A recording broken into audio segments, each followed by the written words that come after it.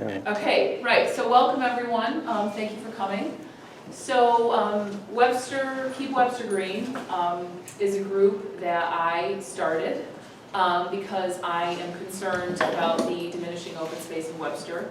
And I know I'm not the only one that's concerned about it. And my aim really with getting this kind of a group going is to provide people with a forum in which they can discuss this issue of green space. Hello. Hi. I'm just starting my spiel, so you're not missing much. Yeah, you're good. Party, so hurry. No worries at all.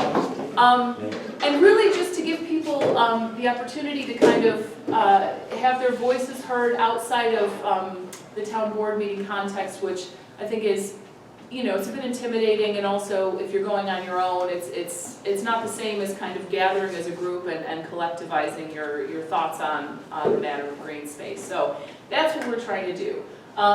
Overall. And last week's, or 2 weeks ago, the meeting really was about establishing a broad view of the nature of green space in Webster, the nature of open space, historically what our open space plans have been, how our open space has changed over the years. Obviously there has been development, but there has been a good amount of acquisition as well. So kind of looking at what the trends have been, how have been the strategies that the town has gone about acquiring open space in the past, what can we do to sort of maximize acquisition in the future, things of that nature. If you didn't get to see or weren't at the last meeting, it is recorded on Webster Citizens Action League, very kindly, recording the meetings, so you can see it that way. And today's meeting, I thought, would be a good opportunity to discuss what seems to be a fairly pertinent issue, because the planning application just got submitted on October 17th. And obviously it ties into the issue of open space on a greater scale, but the grow farms, okay, the notion of even a grow farm, the notion of having something paved and constructed on agricultural land, while it technically doesn't contradict the zoning for agricultural, because you are growing crops, there are a lot of other issues with it, I think, and it's fair enough for people to be concerned about it. Now, we know that there are going to be informational meetings next week presented by the company, I believe at the high school. We'll mention those later in the meeting, but there are I think 3 different meetings that, you know, would give residents an opportunity to go and ask questions directly of the company. So one of my aims for today is to maybe let's establish, you know, specific questions, you know, categories of questions. I think there's probably 3 main questions that need to be asked of the company, you know, so that we're sort of able to understand exactly what the ramifications would be in certain aspects of the construction. Anyway, so let's get started. Basically, so what I have read about it, and I admit that I am not an expert, I was in England still when the tomato farm was proposed. So this is obviously a legacy kind of situation here. And it seems to me that one of the main issues is that we have zoning which accommodates something like this because it is in the letter of the zoning, but maybe not the spirit of the zoning. Or maybe, should we shut that door, do you think? It's going to be good. Maybe the zoning, you know, regulations of New York State which allow something like this to be agricultural are deliberate. Maybe it is, you know, a sense that, okay, this is the farming of the future. In which case, I think because this is a relatively new farming technology, clearly perhaps you could argue that some sort of adjustments and amendments need to be made to those regulations, because I don't think I can disagree with people when they say, you know, that this feels more like an industrial site than an agricultural one. If you're talking about, you know, paving and constant power and constant light, and, you know, and you're building, and right, and the infrastructure, absolutely right. So really, because I'm not, you know, not really the expert, I just, for this portion of the meeting at least, I thought what would be good is if I could possibly just facilitate a discussion. I know there's a few of us here that, you know, are concerned about it. it doesn't affect me in my backyard, but it affects me because I'm a Webster resident, and I feel like it's reflective perhaps of arguably a trend towards, you know, let's allow land to be developed because it's going to be good for the tax base theoretically in the long run, but then of course there are question marks around this company in that regard anyway. So I just thought it would be really good to get a discussion going so that we can establish what the concerns are and go to those informational meetings, and then people would have, you know, a definitive set of questions to ask. So, yeah. Could you or someone else just very briefly and simply explain what the plan is and what's involved in it? Because I don't know. Do you want to? Sure. Yeah. Hi, I'm Connie Thornton. I live at 1826 State Road, and that would be directly across from this proposed industrial site. I can give you a flyer if you'd like and to read about it. The plan was submitted to the town October 17th. We actually knew about it before then. A couple of the people in the neighborhood were aware that the farmer, the owner who lives in Wayne County, had been approached by possibly the town, I can't say, on areas that they could purchase for this company, which is a startup company, for some sort of greenhouse hydroponic project. This farmer was offered 3 times the value of his property. Naturally, if somebody offered you 3 times the value of your property, you probably would take it too. So, that was probably 3 months ago. We since then have found out a lot more about it. The company, we know a little bit more about the company. It is a startup company. They are interested in doing this in New York State for some reason. They are based in Ohio. They tried to do this in Syracuse and Cicero and Clay in 2015 and 2017. The area or county did give them some money. I think they got a grant from New York State for about $3 million. The project never came to fruition. I was told by someone close to the project that they lacked the expertise, number one, and they did not have the financial backing. So that's a little bit about the company. So now they're back. Of all the places in New York State, how they came to Webster, New York on State Road is definitely a mystery, and it is concerning. This is the same area that had a tomato factory proposed and defeated, but not because the town planning board voted on it. We never actually got that far because Intergrow, in their infinite wisdom, decided that they would be better off in the next county over in an industrial area. And also, this property had a conservation easement that the town did not exactly maybe share everything with Intergrow. So the residents in this area were concerned that it was happening again. And we did get together. We put some facts down that we know. I have them in a flyer here if you'd like to see them. We can talk about how it got here and all that stuff, but really the important thing now is it's here.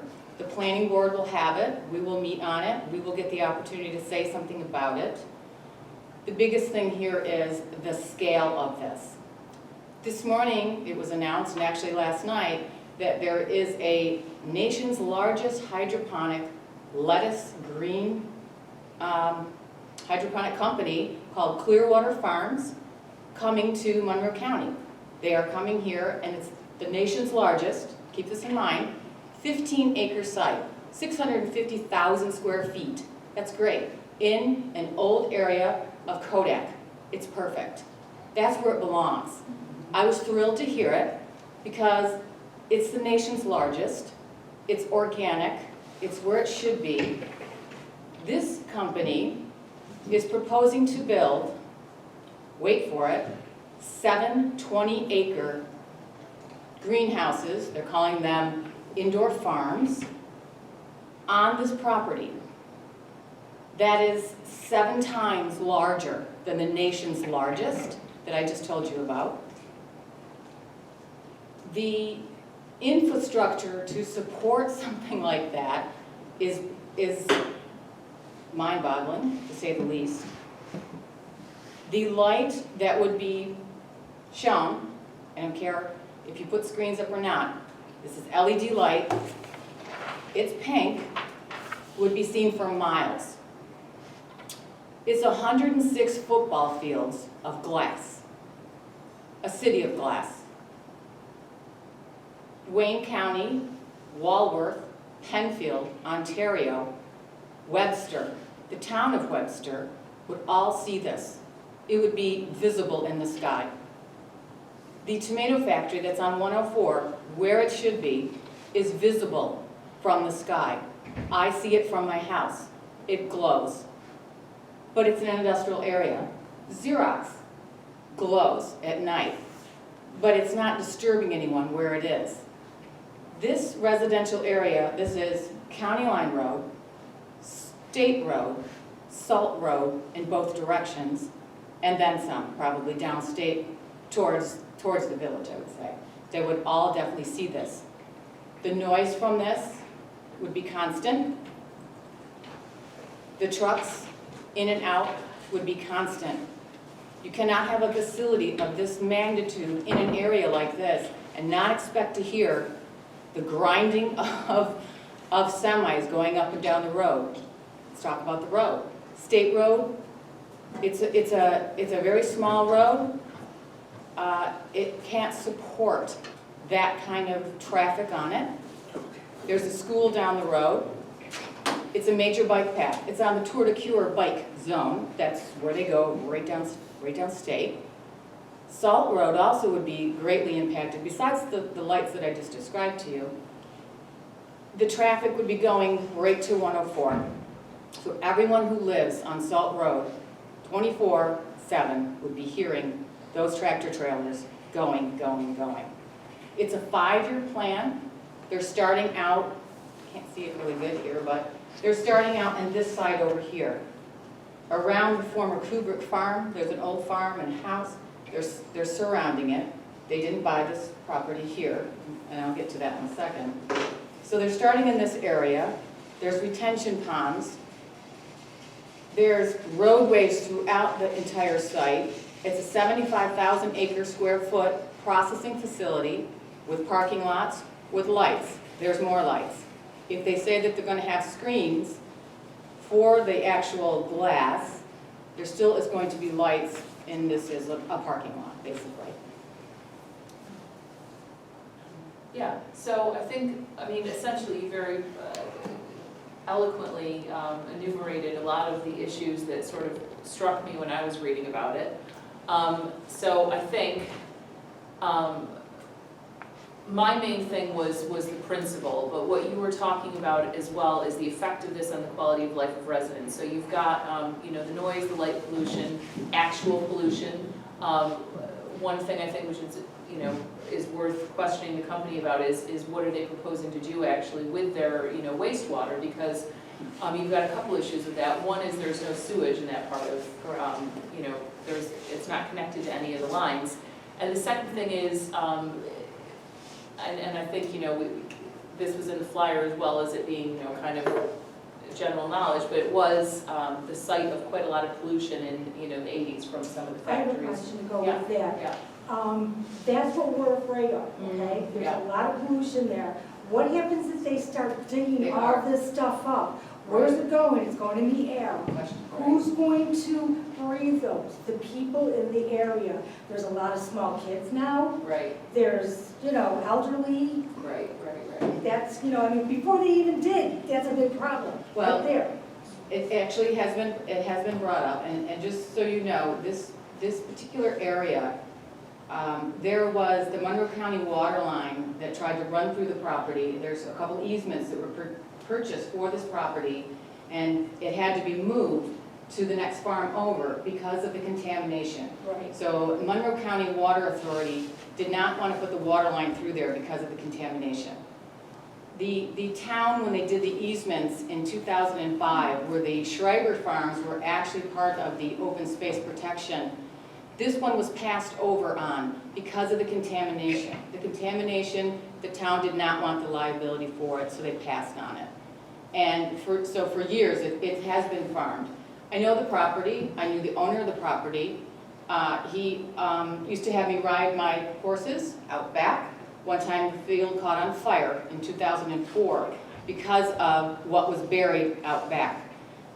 There's film, it scatters all over out back.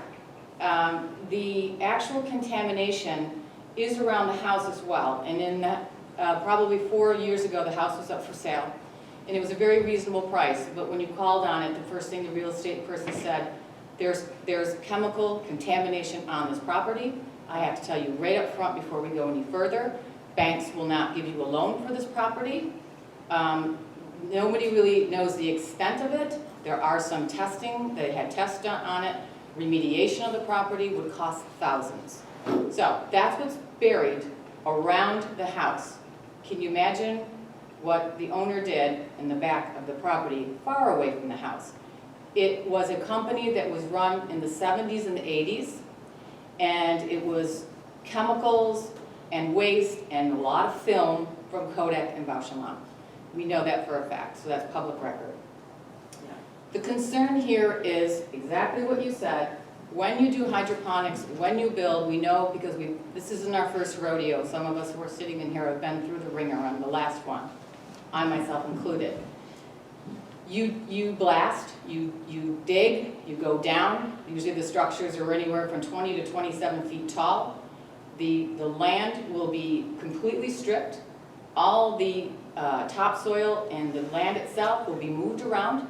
It will probably be put directly in front of my property because I've got what's called a landscape berm, so it doesn't disrupt what I'm going to look at. In order for me not to see these, it would be a 30-foot wall of dirt in front of me. And if you think that I'm not going to complain and not get the DEC involved to have that material put in front of my house, right in front of my house, across from my house, is a creek. The creek is a protected wetland that goes down the street and across the road, and it does connect, I believe, to either the 4 Mile Creek or Larkin Creek. That is also a concern. That's how it's done. We've got another question. Does the company own this property already? No, as far as I know, it's just like with Intergrow, with the other property that was available for sale. They probably have a contract. They did some sample testing themselves. They did testing all over the property for bedrock. I assume that they did some contamination samples, but we don't know for sure if they actually did that. I don't think they would actually do a sale until the planning board approves this. Then they probably would complete the sale. They were supposed to close by the end of the year. That's what Emil Weber told me. He's the owner of the property now. That would be really fast, I think, for them to, well, I suppose the planning board, if the meeting is in November, but we haven't been told that. None of the people that back up to this property have been notified by the town. And the last time this happened, the people that were surrounded by the glass structures on that salt road were contacted by the town and told prior to it going to any sort of planning meeting. This time, they've decided to not do that. The site plan, I will say, wasn't available out for the public. This just made its way to my mailbox one day. And I just looked at it and said, wow, look at that. So, Is this something not to, you know, I'm just trying to be clear on like procedure and policy, but, you know, because you know Nesbitt responded on Facebook to all of this and has, you know, explained, you know, from his standpoint what the ins and outs of. And, you know, what he's seeming to suggest is that it has nothing to do with the town board, that it is just for the planning board to decide, you know, because it's within the regulations of agricultural, that the town has nothing to do with whether or not this takes place. yes. So the last time this happened, the town board did get involved, and it did go back to the town board, and they did make the decision and the ruling. I was actually there in that room, and Mr. Nesbitt is the one that actually was going to ignore the easement and put this back right in front of the planning board until he was actually stopped by a higher power, actually, that happened on that. So this time, I have no idea if that's the way it will go. But what I do think is slightly odd for the town, and I think I know why they're doing it.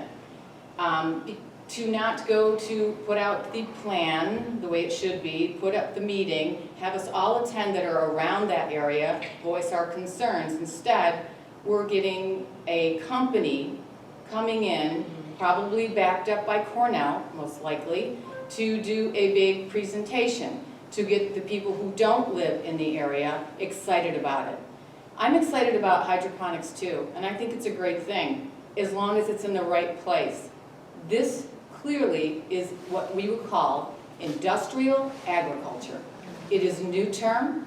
It's something that no one really knows. What is the proper zoning for it? That's what, yeah, that seems to be, I think, did you and then you, or? Go ahead. I'm Bill Burden, I live at 1585 State Road. The tomato farm is going to be right across the street from my house. I guess what I'll say is just anything you hear from the town, take with a grain of salt. When I saw them digging perk holes, I went in and spoke with Jeff Benway. And I was told that this integral project was a farmer who wanted to put up a greenhouse to grow some tomatoes. That's the way they described it. You can see what they were talking about and how they were trying to sweep it under the rug. Basically, they didn't want anyone to know about it. So just be careful what you hear from the town. Don't always assume that you're getting all the facts. Well, I think another thing that you have to be concerned about, if we legalize marijuana in this state, then they're gonna start growing marijuana there. Absolutely, why wouldn't they? Absolutely, that's They'll what make a lot more money on places. marijuana than lettuce, let me tell you. I spoke with Bill Riddle from Ontario, where they moved this to, and he actually questioned the owner, Dean, about that, and he said that it's never going to happen with Integro, because first of all, just to apply for a permit, it's $250,000, and the insurance and the liability would make it to where he goes, we're good at tomatoes, that's what we're going to do. So I don't think that's going to happen, but They offer someone 3 times more for the property. They didn't have a problem with Right. that. Can we just, we'll pause on the pot just for a second. You had a comment. So I know on the state, there's different levels and we're different municipalities. I think you brought up some good points about what are some commonalities and what are some common collective goals. I know that when polluters come into New York State and companies leave pollution behind, they call them brownfields.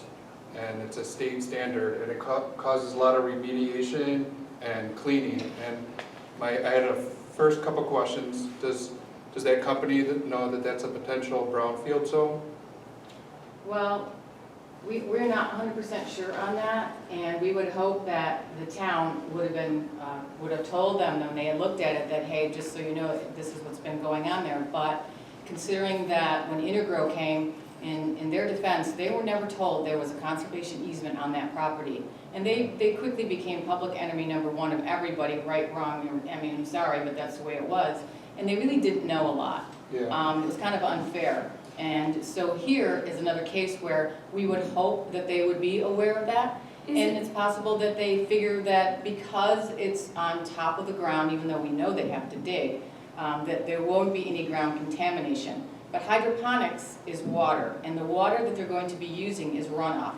And right directly across from my house, according to this, what we can see, it's hard to tell by the scale of this, it looks to be like an 8 to 10 acre retention pond that feeds into it, and you can kind of make out the pipes and all that stuff. We're kind of familiar with hydroponics and how it works. I would suspect that it is the same thing.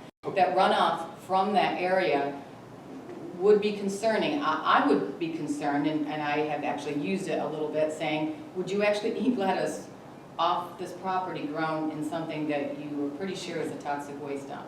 So I don't know. I think that's an opportunity to make sure that they're informed about what brownfields are and what they are. And then I'm Taylor Chamberlain, by the way. I live at 1708. I definitely have a vested interest on the same street, but I think other people should have vested interest, because if this technology is coming and we're all community members throughout the whole state, and if it's a zoning issue and policymakers are not taking the proper procedures necessary with the right definitions for zoning, then that affects everybody.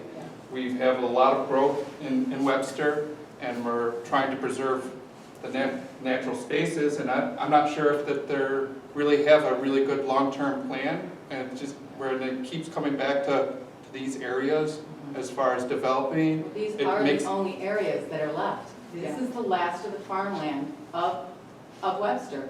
And this particular area is owned by a couple of people, the Schreibers, they're one of the biggest landowners, and they're still farming traditionally.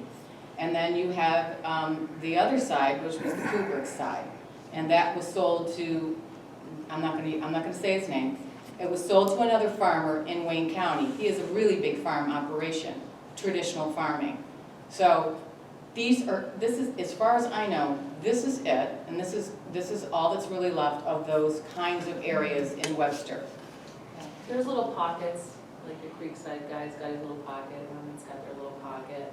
But yeah, you're right, and I think this, this is kind of why this particular issue as well, obviously, just in general, it's, I think. It's just an odd place to put it. Right, You know, and that would be, I think, the for third trucks, question is, for- it appears to me, I think, everything that Ron said on his Facebook post is technically correct, that this is, if it's not the town's role to be getting involved, that they have a fair shake at it, that they can present it to the planning board. But if this is something that, he believes would be beneficial to Webster, then why? And also, if the, I think there are some very real environmentally negative impacts here. I think you can't ignore that. So what is this great benefit that would be worth sacrificing so much for? Do you see what I mean? And how, is there a benefit that could be so great that's worth what you're going to be doing? And I think the less you have,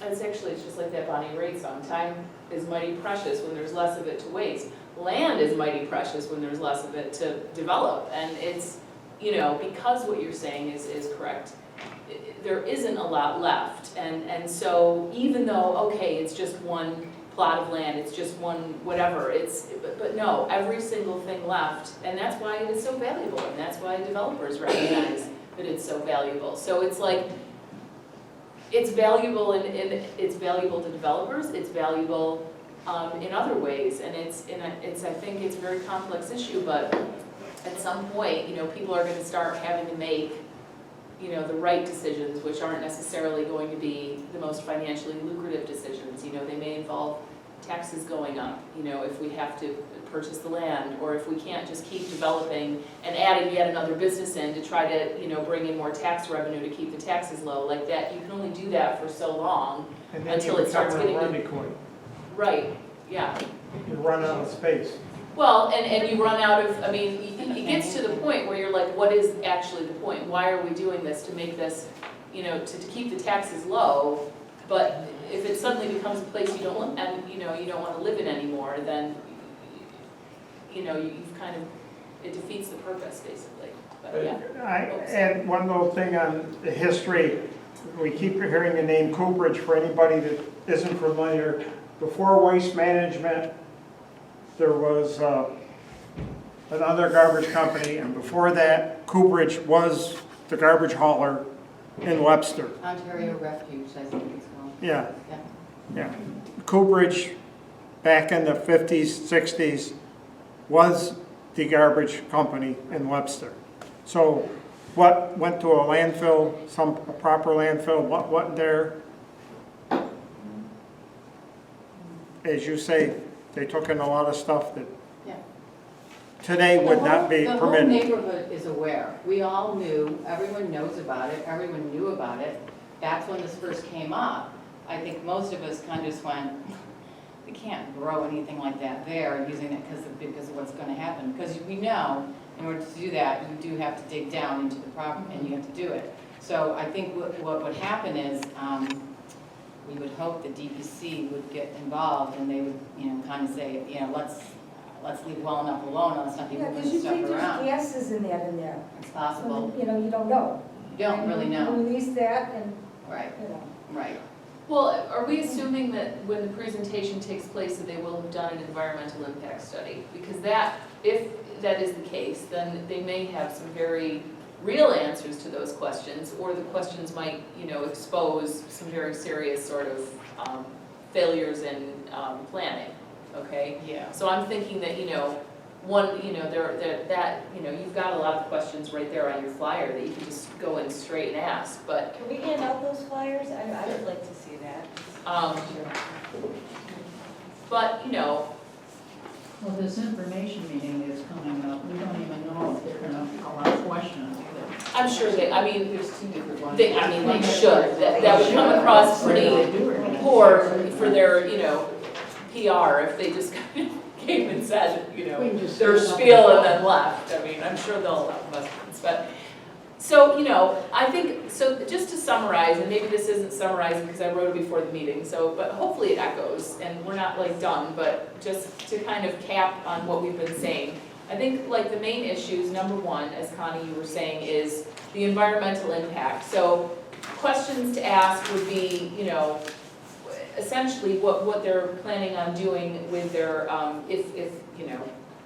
just playing devil's advocate here, assuming that, in a perfect world, they did have a plan and there was some form of mitigation, how would they be planning on dealing with the fact that it is on, a toxic dump? What are they planning on doing, with the wastewater, given that there's no sewage? What kind of light pollution is that kind of, level of construction going to be emitting? What kind of infrastructure are they planning on? What about the trucks? How are things going to get delivered? What is it going to be doing just to the whole surrounding area, apart from, obviously being a big development? And that's, that's on top of, what's going to happen if there's runoff or something, with the fact that it's on top of a toxic dump. So that kind of, I think, questions, that kind of questioning is going to be really helpful. Yeah.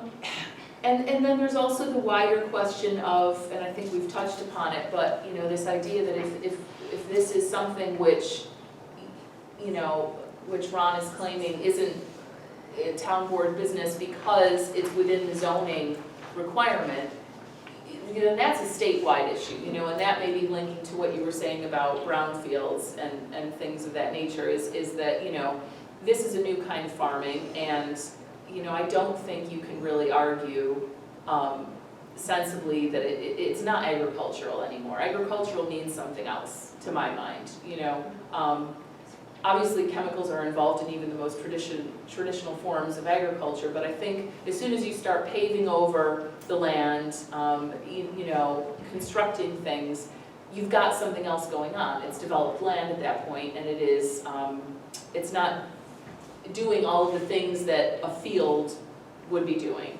It's So, industrial, it's industrial. right, There's right. no other way So- around it. And so the other question, the big question that I would be wondering is why that piece of land? Now, what Ron said was that they came to him and he just said, this is all the land that's available, and they picked this. Now, if that is really the case, given the choice between that and Xerox, why? So that would be a question to ask the company. Why did you choose this particular parcel of land? I would be interested to see what their response is. If they, if they chose freely, right, which is, what is being put forward here, okay, well then why, and why not Xerox? So just so you know, because when this came up the last time, the Intergrove property, when they went on that, it was up for sale.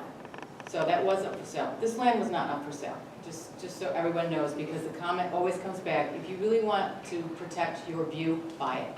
Right. Well, no one on the street knew it was for sale, and it wasn't for sale. And the only reason it kind of got for sale is because someone offered him 3 times the value of the property. Right, he had no desire to sell that land That's right. at all. So I think what Ron was saying in the explanation was that, the company came to him and said, what lands are available, and I think available is kind of an ambiguous term, but I guess at that point then, So there's a 75 there is some acre- form of communication to Right. say, there is this agricultural plot, Yeah. right?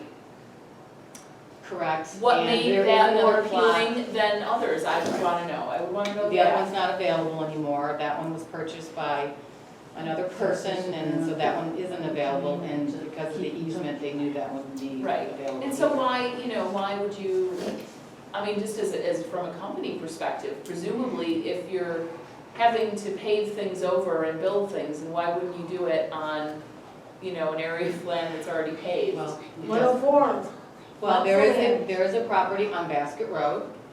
It is 75 acres. It is industrial. I would have thought that one would have been up for a opportunity, and the real estate agent said no, that they weren't contacted about it, but they kind of were aware of the lettuce factory, and we very nicely gave them the contact information to get a hold of these people in case they didn't know that one was available. Right. So, It's interesting, and I think that's definitely would be one of the main questions in my mind is, like what you're saying, why this property? Why this property, and, with all of the things that are potentially wrong with this property, why this property? And also, if you were to, develop, what would your answers be to all of these issues, basically? Yeah. I can tell you the town of Ontario would bend over backwards to get this on their planning board. They're craving something like this. So believe me, they would do everything in their power to make it So happen. what makes it, that's another question then, presumably if it's so attractive to Ontario, that's the same reason why it's so attractive to Webster, like what makes this such a good, are they extraordinarily lucrative? I mean, I would like to know the motivation. I couldn't answer because Weird. Integro knew that the land was available in Ontario, but they Right. were hell-bent on going into Webster until the New York State got involved with the agriculture, with the soil, and I think that was the ultimate decision to not go there. But when I spoke with Bill out in Ontario, they formulated a plan and bent over backwards to accommodate every single stipulation that Integro wanted. So interesting. They would have been fools to say no. And when they had the planning board meeting, not a single person in Ontario showed up. And Bill Riddle asked the guy, he goes, are you upset that you don't have any turnout? He says, not, I mean, it breezed through, there was not a single person complained. So that tells you where they're at. Do you know where it is? Is it along 104 on Ontario? Yes. Yeah. Yeah, so when you go up, so you will see the lights. They have shield things they put up, but the lights are open a lot. And so if you go over there, and actually on the flyer, this is it, right here. This one here, there's two flyers, by the way.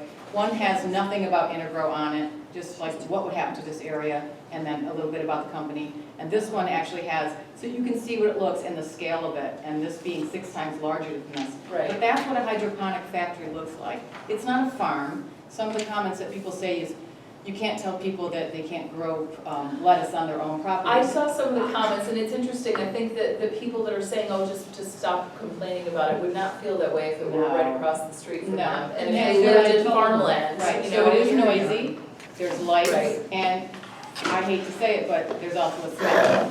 So there is a smell of the rotting vines for the tomatoes and the rotten tomatoes and all that stuff, because they do get blights and things like Right. that. They're not immune to it inside. The same thing would apply here. There is waste from hydroponic factories, and they incinerate usually, or they rot. And so when the wind is blowing just the right way, and you're standing over at the Tractor Supply place, you can smell that smell of kind of rotting vine, tomatoey kind of thing. Right. But really, it's not hurting anybody really where it is over there.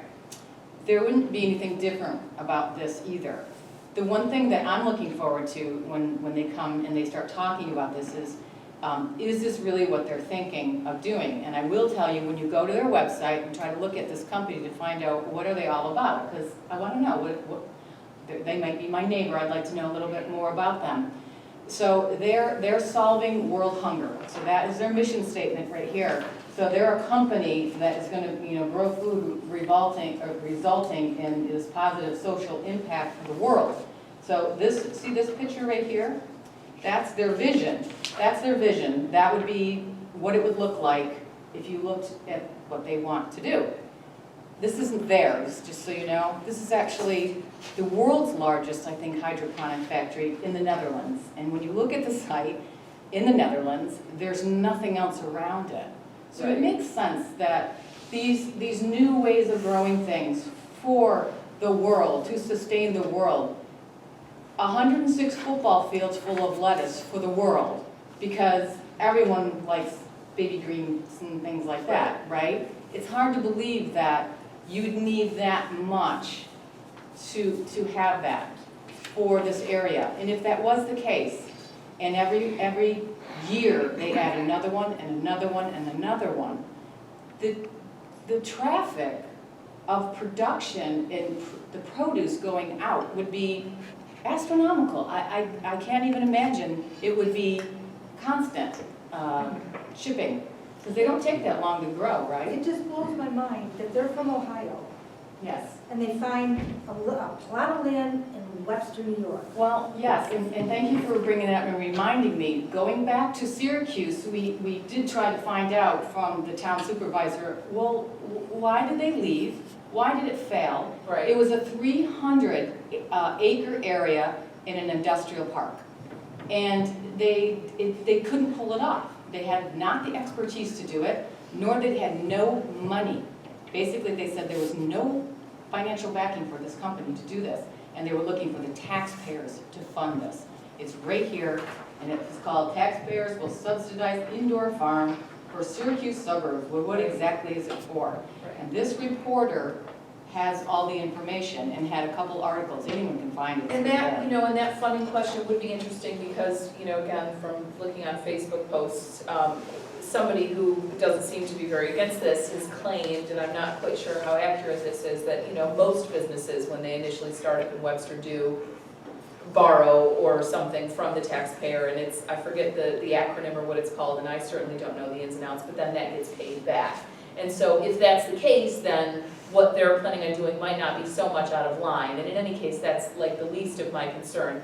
One thing did also strike me, that perhaps the reason why this was, if it was indeed put forward, or if the company themselves picked it, it maybe is because of the fact that it is a toxic dump. So maybe the town is looking at it like this is wasted land otherwise, and we need to do something with it, but I don't think you can sacrifice even 5 people's experience or quality of life, let alone, the wider environmental impact. You can't throw people under the bus and say, you have to live with this in your backyard. I don't know if that's necessarily fair, if that's indeed what's happening. Maybe they're gonna make really pretty greenhouses and there won't be a lot of noise and light. I'm not saying that either, but I'm trying to be fair, you know what I'm saying? I think most people, and in this town too, they are ignorant of the facts of what hydroponics is. We were, when the tomato factory came, we didn't know. We thought, oh, it's a few greenhouses, it's gonna look like Bauman's. All right, go for it. Right. That's not, when they came out with 27 feet tall and blasting, 7 feet down. The one thing we haven't talked about yet, and it's, it's one of those things where people really, some people care, some people don't. Well, let's talk about the wildlife in the area. Before we get on to that, because that's definitely a discussion, Okay. I believe you had a comment and you had a comment as well. Actually, his hand was up first. I'm sorry. Yes. I go back to his original comment. If this is designated a brownfield, our funding may be coming directly from the state of New York. It is not. And the federal As far government. as I know, it is not. It is not classified as that. But maybe that is their aim, to have it a brownfield, then they have the money to clean it up Yeah, and do it. that's exactly what I was gonna say, explain, I don't know if it was clear, but when the state declares, the state looks around for people and company for remediation. They actively look for corporations to come into agreements and take environmentally ruined places where they dump stuff like this. And they actually have state money for this. They just need people to help develop it. I think that might be some of the motivation.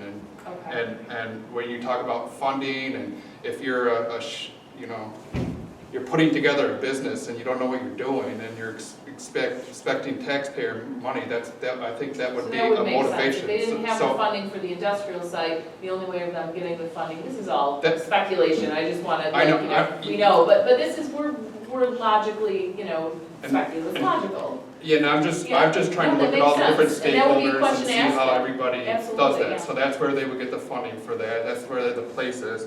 I would, earlier my comments about the town, about planning, it wasn't because we have so much area to ruin, or to develop, but I think that there's my comments about that was, I would expect a little bit more proper planning from people who are in charge to chart growth and development of a community, and I haven't seen that. of course I'm agitated that they're continuing to do that, but I think that that's a problem that everybody shares, because we're all community members in a thing, and when you have different designations and you have policies and procedures that are circumventing the interests of people or the proper planning to put stuff together, what we have is a sloppy system Well, right of now governance. there's, yeah, go for it. Yeah, sorry, no, you weren't done, I'm sorry. Go No, ahead. so I just think that, I mean, never mind, obviously, I'm biased, I'm on the same street, but everybody's got a vested interest in that and process, and when it continues like that, I think that would be an area that we could all focus on, or get other people, besides the wildlife, besides the beauty, besides all the other no's. It's Is just, where is this going and what direction are we heading in? and then to the fact that the definition needs to be changed, because it is industrial, and just because they haven't caught up with it, I mean, Yeah. I really want them to go to places like empty Kodak or empty Xerox spaces, or the city, there's a whole bunch of warehouses. Xerox is right there, right? That Yeah, would be a really let's good give them money to question, make some of those spaces there. Go ahead.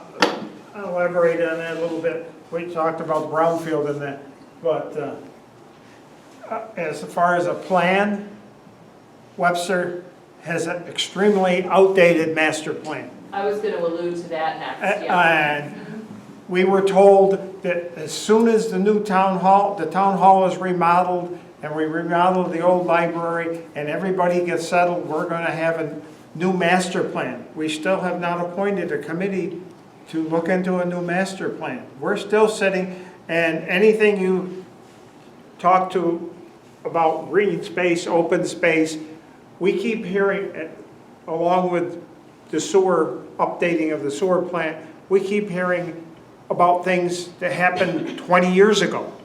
Right.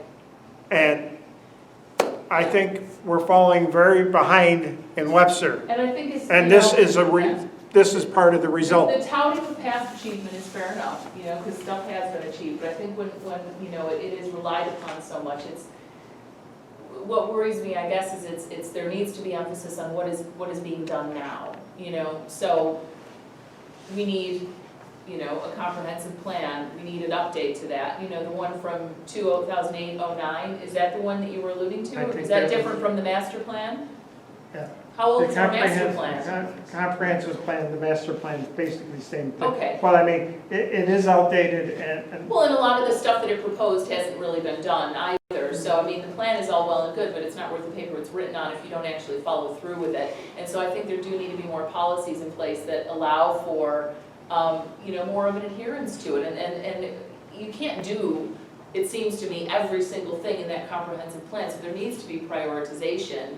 And it seems like open space, at least what's being claimed is that open space is a priority. And I know that, you know, Ron does actively endeavor to acquire it, but, you know, he's one man with a limited budget, and there needs to be a much wider sort of the thing budget, going on, basically.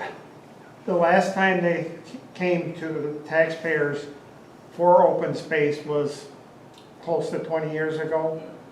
Well, didn't we have the referendum, wasn't there a referendum that passed, I believe, in 05? Yeah.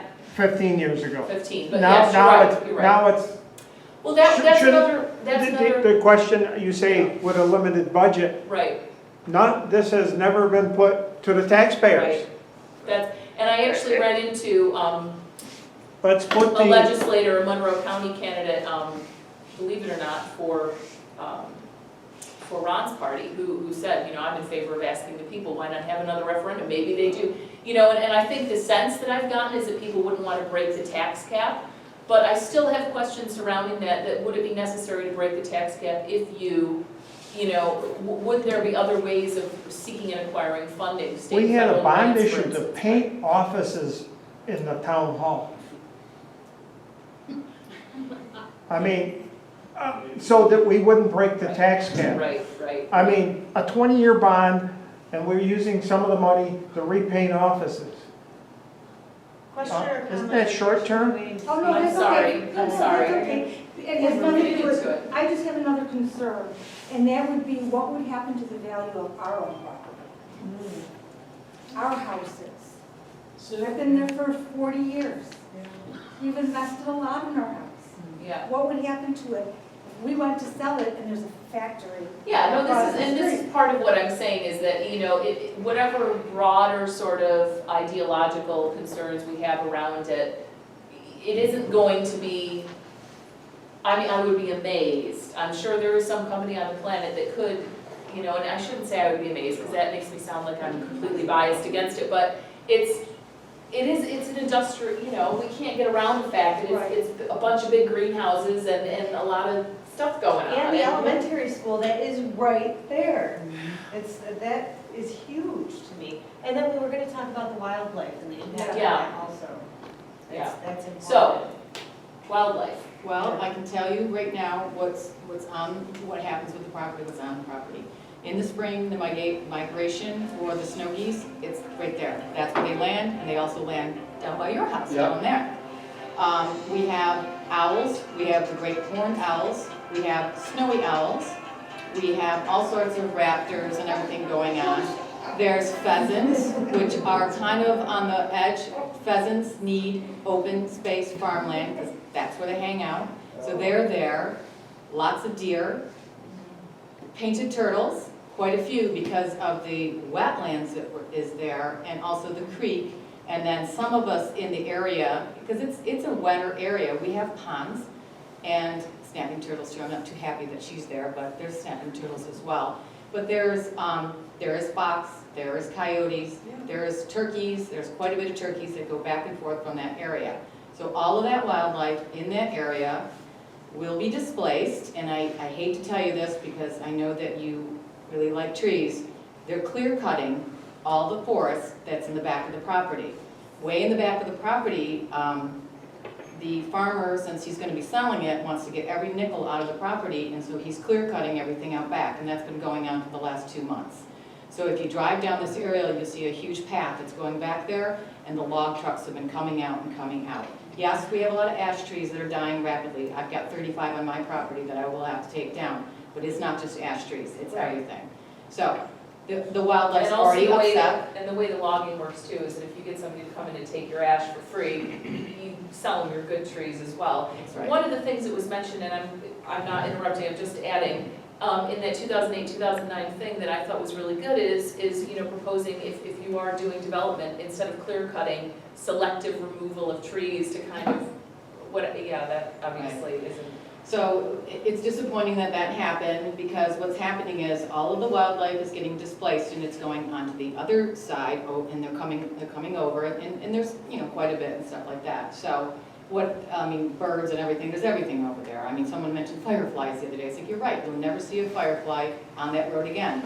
For the lights, I mean, it's a silly thing to think about, but if you think about it, it's like, silly at all. I think you we're know? connected to all of the creatures, and we need to stop acting like we're the most important species. exactly, so. Laying my cards on the table right there, but it's true. Are You any know, of I those understand not everybody feels that way. You're absolutely right to say that, you know, unfortunately, probably isn't everybody's main concern, but it I is a think real pheasants are concern. close. Yeah. But, I mean, partridge, pheasant, you Eagles, know. I've seen bald eagles, I've seen also Yeah, red-tailed they're hawk. Can you find a nest back there that'll end it? Yeah, that's right. Yeah, no, they're not, there's no bald eagle In nest. the trees he's cutting down. No. So the Well, thought it won't process. necessarily end. Look what happened to the apartments along the Yeah. way. Yeah. All somebody has to do is go in with a bulldozer, and then it's fait accompli. My understanding too, of the tomato farm, wasn't there concern that if these people don't do well and they pull out, then you got all that to look at? What are you gonna do with them? Exactly. That was in that. This is their first venture, It becomes a right? secondary brownfield.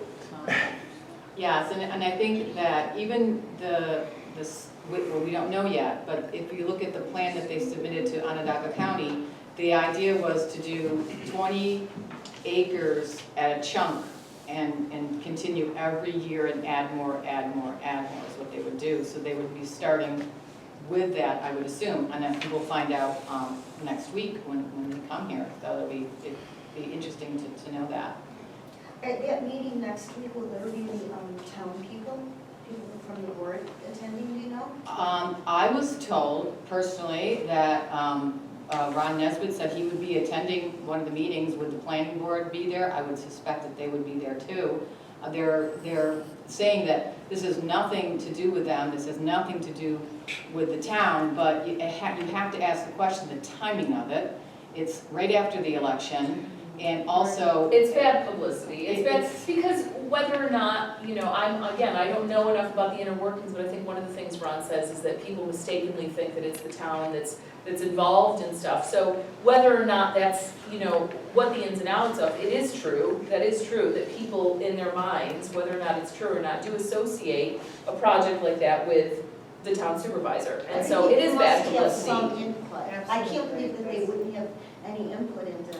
And it's I honestly they keep don't it know enough quiet. about the process.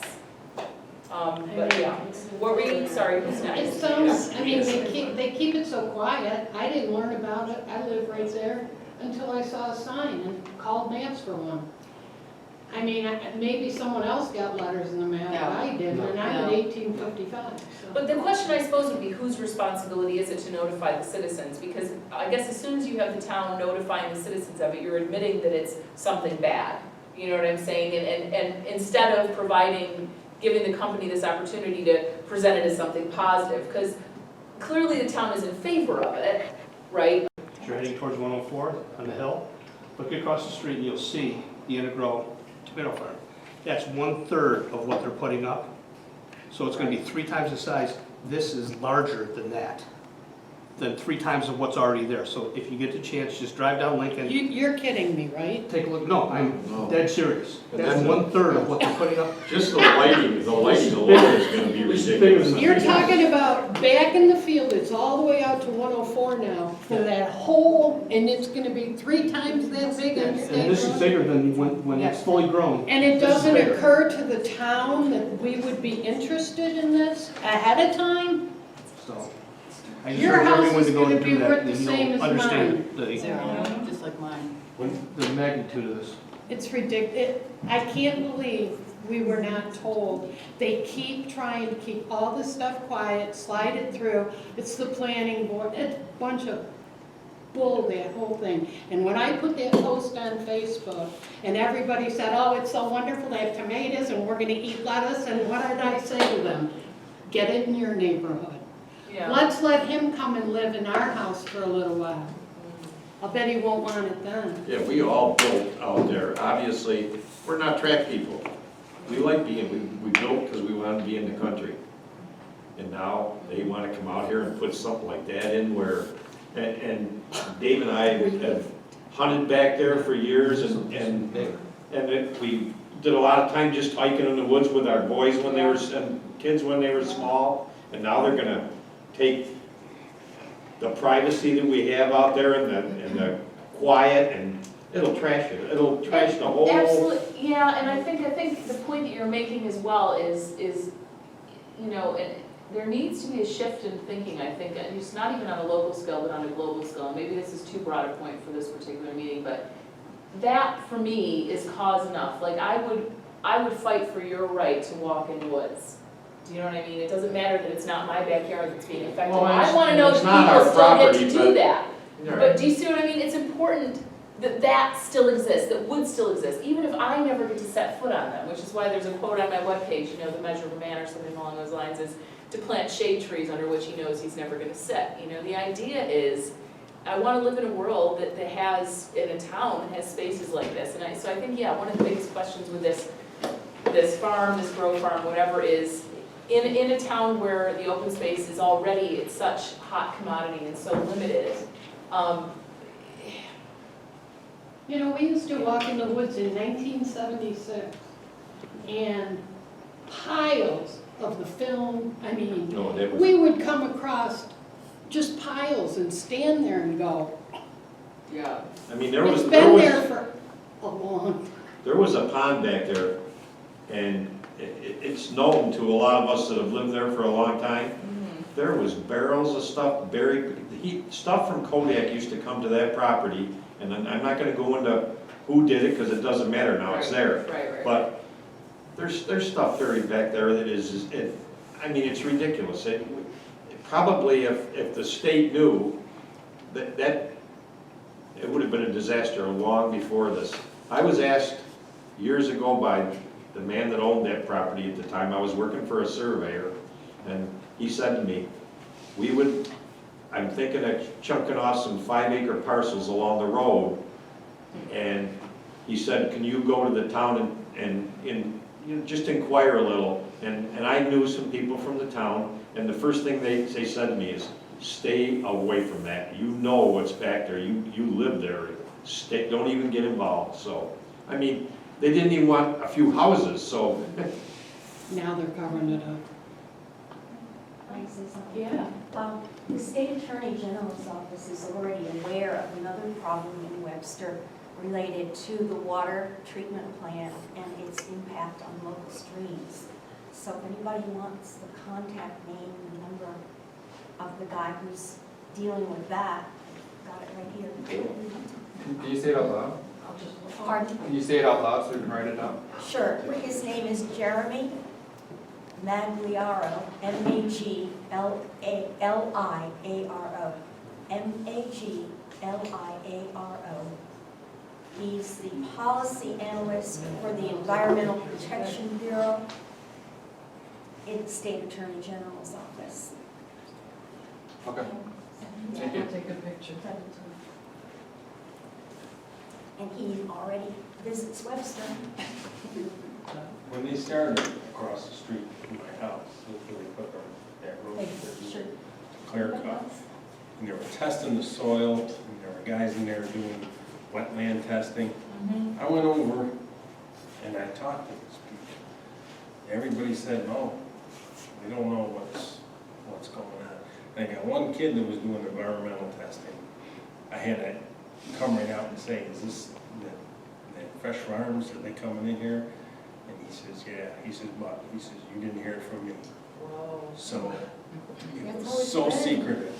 It's been so much So fun. I have to tell you that if it wasn't for people who talk and people who happen to know each other, and this is a farm community, started talking, and that's the Right. only reason this street became aware.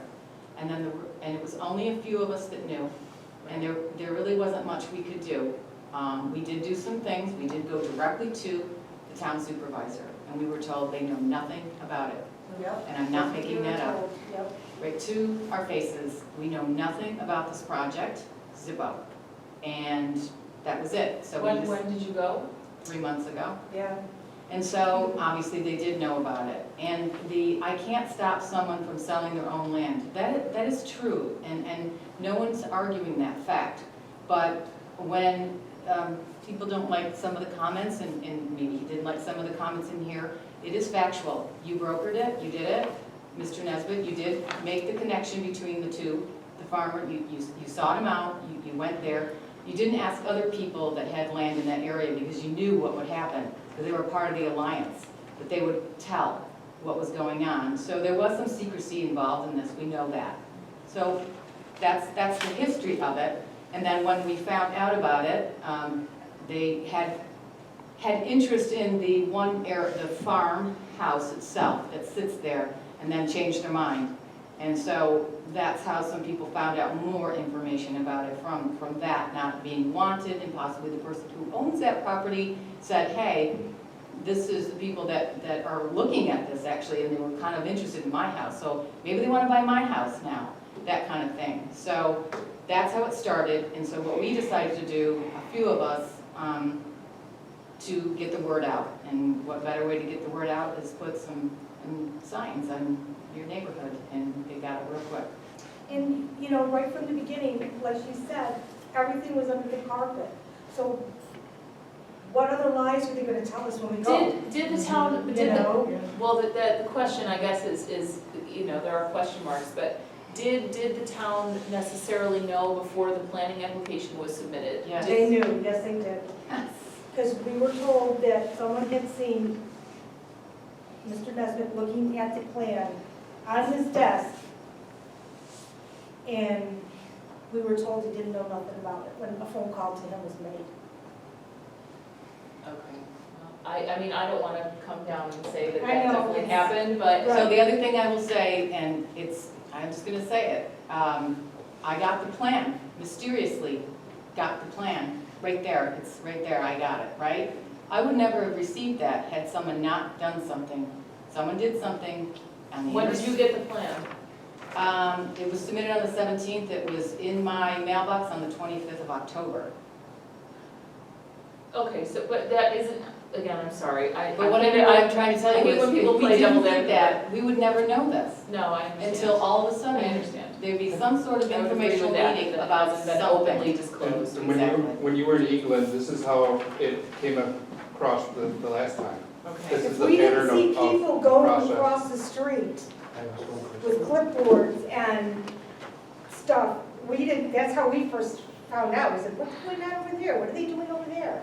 The other thing too is all summer long, some of us that knew about it, I mean, literally, they were out there, they were doing their samples, and I'm not lying when I tell you this, there were drones in my backyard flying over the top of my house. And I'm like, are you kidding me? And we knew, some of us, not everybody, because we didn't want to get everyone kind of like this. Right. Because we just didn't know enough to really say anything. And I didn't want to put any flyers out because I don't want to be the person that does fake news. I want to be factual about what it is. But I also want to be fair, and I want to let my neighborhood know, hey, and this is not our first time we've gone through this. And I think one of the issues with, basically, Ron's plea was that we not discuss this until we actually have the facts from the company. But if you are waiting, until October something to do the presentation, and I know maybe there's an argument to say that, they needed that much time to prepare their studies and everything else. But, there's a risk that you're delaying informing the public for so long that by the time that they are informed, it's a fait accompli, and it really shouldn't be. And this is maybe a broader issue, and maybe it's something bigger than this, but, I do feel like the people that are living in a community should have some input into, how the land around them is developed. And I think that going forward in our local government, needs to be, I don't know necessarily if it is an issue of transparency or not, but I do think that there needs to be more of a sort of, maybe it's just more people, maybe it's having a group like this where people just go to the planning board meetings and speak up, but, there does seem to be this system whereby, and this is, I think, a point that I did want to touch on before we end in a few minutes.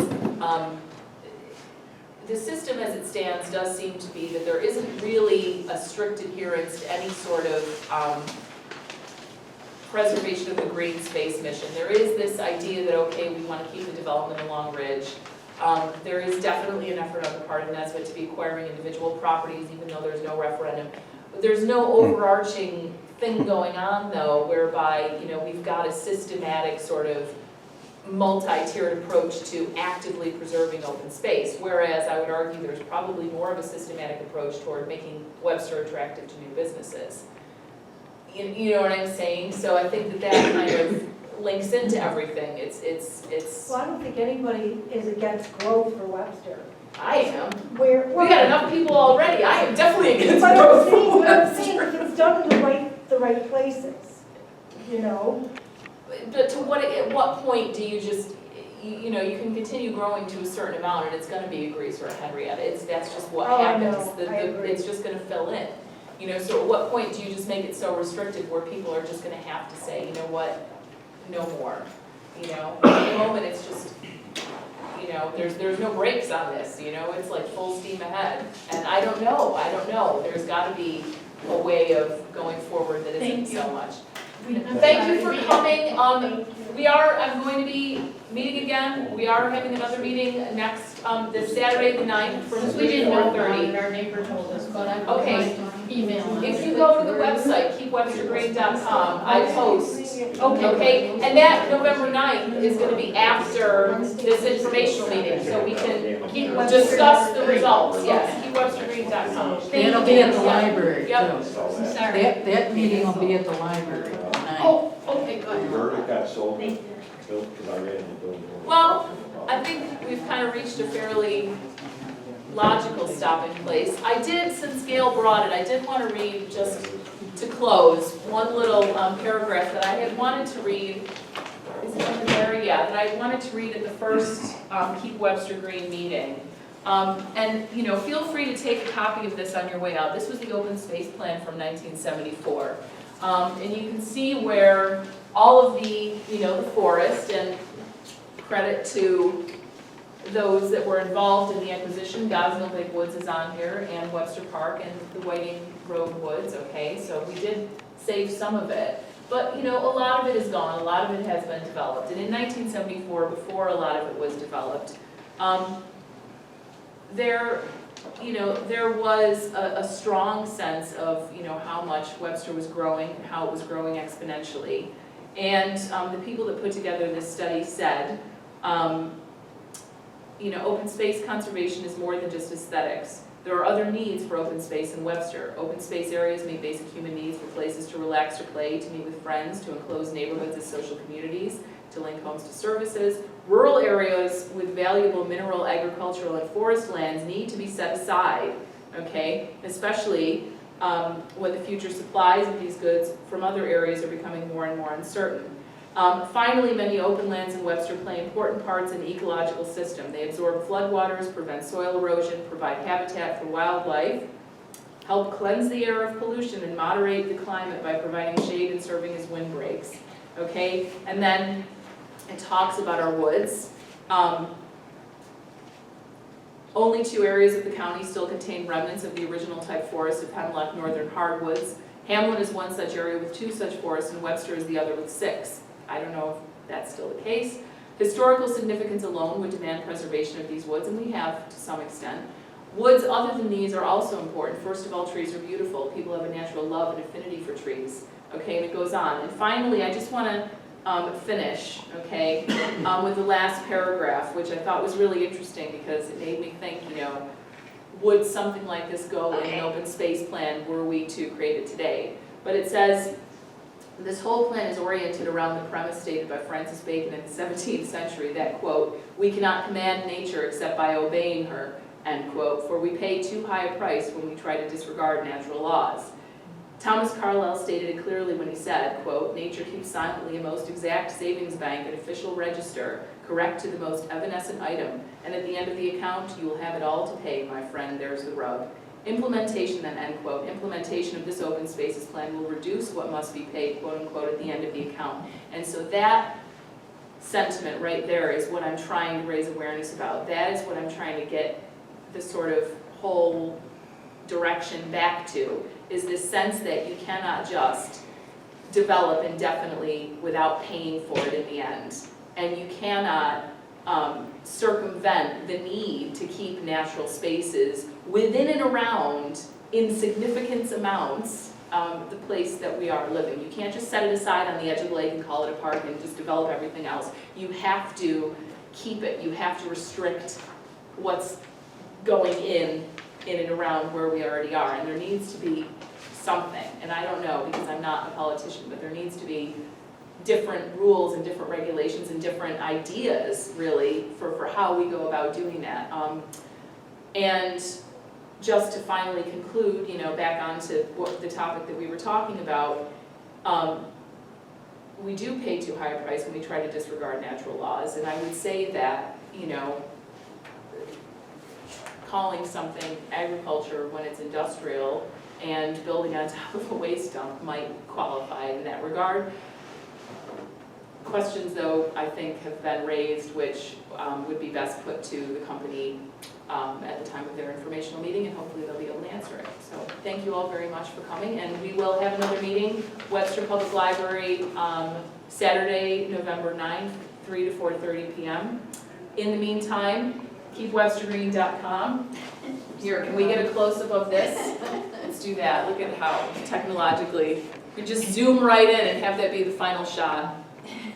Right there, okay. Just a second. We'll wait for the zoom. I just want to make sure so if people do watch it, they can see the website, yeah. Okay. Do you have the dates of our towns? Ah, do we have the dates? It's on the 6th. Can we read it out? When is it? November 6th and 7th at Earl Thomas at 7 PM. It's a Wednesday and Thursday, and also Saturday, the 9th at 10 AM. Okay, so the same day as the Keep Webster Green meeting, but at 10 in the morning, and then the 6th and the 7th at RL at 7 PM. Okay, thank you very much, Thank you. everyone, thank you.